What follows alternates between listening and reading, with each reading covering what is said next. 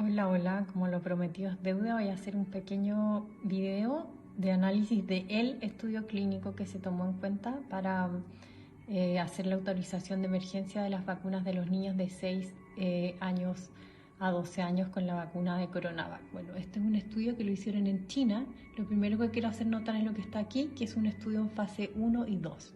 ¿Qué quiere decir eso? Que no ha pasado la fase 3, que en la fase 3 normalmente se incorporaron una gran cantidad de participantes para estar más seguro tanto de la efectividad y como la seguridad del medicamento, en este caso la vacuna. Súper importante que la fase 3, todos los estudios, las vacunas que han sido autorizadas de emergencia para esta situación de pandemia, han estado en fase 3 y ninguno de esos había terminado la fase 3, porque la fase 3 requiere un periodo de seguimiento, sobre todo por la parte de seguridad, que es de mínimo 2 años. Así que eso es lo primero que hay que decir. Bueno, aquí está lo segundo que quiero mencionar. Bueno, aquí, ¿qué es lo que dice? Bueno, fue en octubre, empezó en octubre del 2020 en China y era de 3 a 17 años de edad lo que estaban estudiando.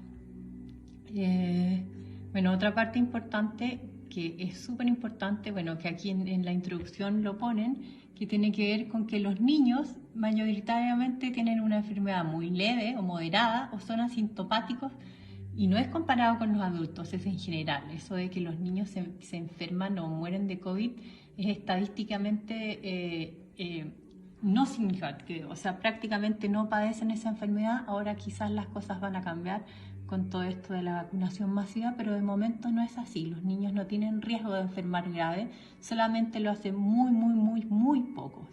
Y aquí lo reconocen el número de adolescentes, bueno, y los que podrían estar en riesgo quizás son los que tienen algunas comorbilidades, que quiere decir que tienen otras enfermedades asociadas. Los únicos que eventualmente podrían estar en riesgo, pero aún así son muy pocos los que llegan a hospitalizarse o a morir. Eso. Segundo, parte importante, como era un estudio en fase 1 y fase 2, midieron además la dosis de medicamento que tenían que usar entre 1,5 microgramos y 3.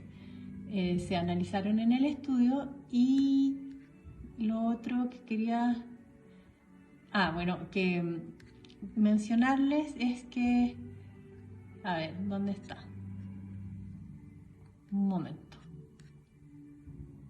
Bueno, ¿cuáles eran los objetivos aquí? Los objetivos eran primero un objetivo de seguridad, y ese objetivo de seguridad lo medían siguiendo a los niños durante una semana. Solamente después de la inyección los llamaban todos los días a los papás para ver si estaba todo bien. Y después los reportes no eran por un llamado, sino que si es que pasaba cualquier cosa, los papás tenían que comunicarse con el laboratorio. Y después, como objetivo de eficacia, no midieron si es que esta vacuna los protegía o no los protegía de contraer COVID. No fue ese el objetivo, en ningún momento lo midieron. El objetivo, dijeron si es que los niños estaban produciendo o no estaban produciendo anticuerpos contra el SARS-CoV-2, que no tienen nada que ver. Uno puede producir anticuerpos y no estar protegido. ¿Y por qué usaron ese objetivo y no usaron el objetivo de protección? Porque para usar un objetivo de protección necesitaban tener un N muchísimo más grande que los apenas cercanos 500 niños que usaron para este estudio. Súper importante. Aquí una tabla resumen para que vean que es realmente poco cantidad de niños aquí.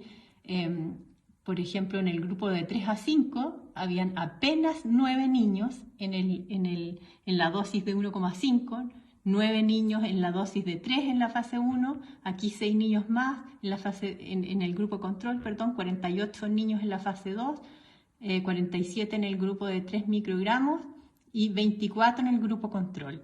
O sea, eran solamente de 3 a los 5 el ISP, o en realidad no sé quién fue el que tomó la decisión final en Chile, dijeron que eran muy pocos niños como para decir si es que eran eficaces o seguros, pero en realidad son pocos en general, de 6 a 11 o mayores, que fue lo que aprobaron.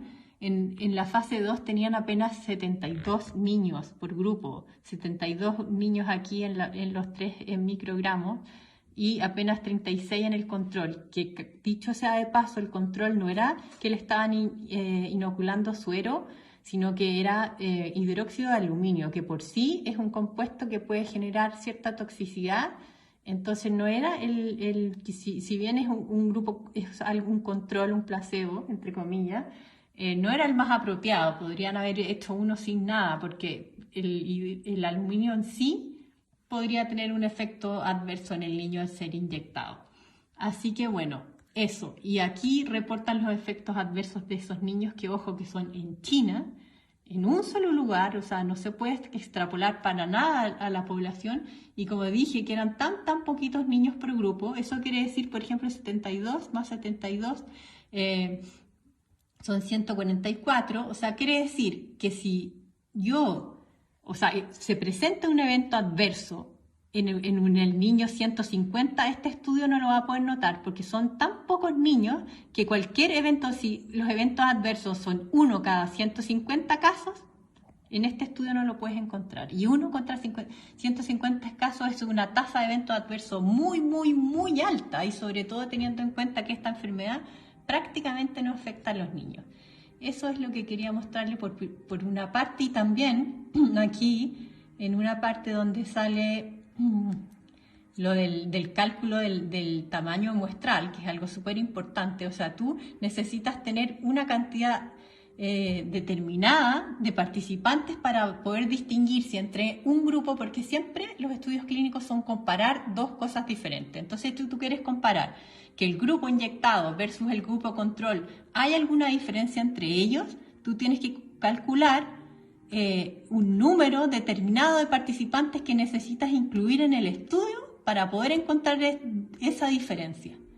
Así se hacen los estudios. Bueno, en este caso no puedo encontrar bien dónde está esa parte, pero reconocen que no calcularon el N muestral. No lo calcularon, ¿por qué? Porque iban a necesitar un N muy grande, porque como los niños prácticamente no se enferman, es tan rara la enfermedad que ibas a necesitar pinchar a muchos niños para encontrar una diferencia entre el control y el grupo de inoculados. A ver, que lamentablemente no estoy encontrando dónde dice eso. A ver, resultados. Acá está.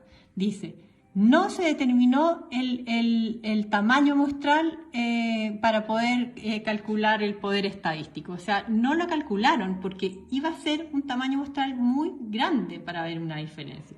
O sea, ellos, insisto, no tuvieron como objetivo principal ver si esta vacuna protegía a los niños. Eso no fue, en ningún momento lo mencionan.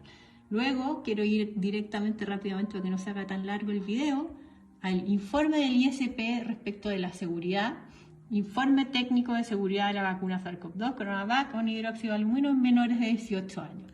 Bueno, aquí empiezan a hablar, otra cosa que es importante, que el virus tiene bueno, eso da lo mismo. Si bien, como dice, la enfermedad es una infección que se consideró respiratoria, la fecha de varias investigaciones que describen como una enfermedad cardiovascular sistémica dado el blanco celular que se presenta. O sea, realmente la enfermedad no tiene que ver con algo respiratorio, tiene que ver con algo más bien del sistema vascular endotelial. Entonces, dicen que aquí a la fecha no hay tratamientos, eso no es cierto, pero bueno, lo vamos a dejar así. Y después empiezan a hablar de la vacuna que ya se aprobó y bla, bla, bla. Hablan del hidróxido de aluminio como coadyuvante que le echan a la vacuna hidróxido de aluminio para potenciar la respuesta inmune. Y bueno, entre otras cosas, ellos concluyen que es seguro, a pesar de que aquí dicen, claro, bueno, que se asocia el hidróxido de aluminio con fatiga crónica, dolores musculares, miofascitis macrofágica, entre otras cosas como reacción rara. Pero después ellos concluyen aquí que a pesar de la baja calidad de los estudios analizados, no se encontraron pruebas que respaldan la necesidad de emprender nuevas investigaciones sobre el tema, ni que apoyen una eventual decisión de sustituir las sales de aluminio en la composición de las vacunas. O sea, reconocen que los estudios que dijeron que el hidróxido de aluminio era seguro, reconocen que esa calidad de los estudios es muy, muy baja, pero aún así dicen, hacemos vista gorda en ese sentido. Entonces, después, cosas importantes. Bueno, analizan el estudio clínico, que es el que le acabo de decir, que era entre 3 y 17 años, el que acabamos de ver, que en las distintas dosis. Y dice, sin embargo, se debe considerar que este estudio no fue multicéntrico, efectivamente, fue en un solo lugar. Para darle robustez al estudio, se enseñan los resultados promisorios que se requiere de más estudios clínicos multicéntricos para otorgar representatividad étnica a los datos. Además de eso, se debe estudiar los efectos de la aplicación de la vacuna en pacientes pediátricos que padecen comorbilidades, porque eran todos niños sanos. Después mencionan que la Organización Mundial de la Salud no recomienda la vacunación en personas menores de 18 años de forma rutinaria hasta no tener la información disponible de estudios que están en marcha, sobre todo considerando que para la mayoría de los niños y adolescentes el perfil de la enfermedad causada por el SARS-CoV-2 es menos grave, o sea, etcétera. Después mencionan que aquí la Agencia de Medicamentos de Brasil no autorizó de emergencia esta misma vacuna porque no estaban los resultados del ensayo clínico en fase 3, por lo tanto no se sabía del perfil ni de eficacia ni de seguridad, por lo mismo que yo les comenté, o sea, el objetivo no era saber si protege a los niños contra la enfermedad de COVID porque no tenían el N suficiente. Y bueno, aquí dicen por qué ellos... los resultados muestran la tasa de incidente de efectos adversos fue alta, según yo es alta, 25-29 de mayoría fueron leves o moderados, bla, bla, bla, siempre le dicen que los efectos adversos son leves o moderados, pero después acá dice que un número insuficiente de participantes para ver el perfil de seguridad de la vacuna en la población pediátrica. Efectivamente, esto es muy, muy, muy, muy poco. Falta información sobre el número real de participantes de cada uno de los 3 subgrupos de edad, de 3 a 5 de 6. Exactamente, falta esa información. Bueno, y luego dice, por lo tanto, los datos presentados son insuficientes para establecer el perfil de seguridad de la población pediátrica.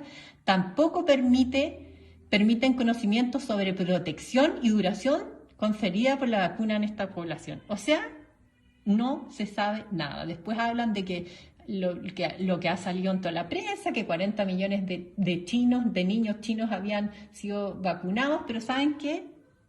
Este reporte fue por lo mismo Sinovac. Sinovac dio los datos, o sea, no sabemos qué niños, no sabemos si los siguieron o no los siguieron los efectos adversos, no supieron si esos niños después tuvieron COVID, cómo están.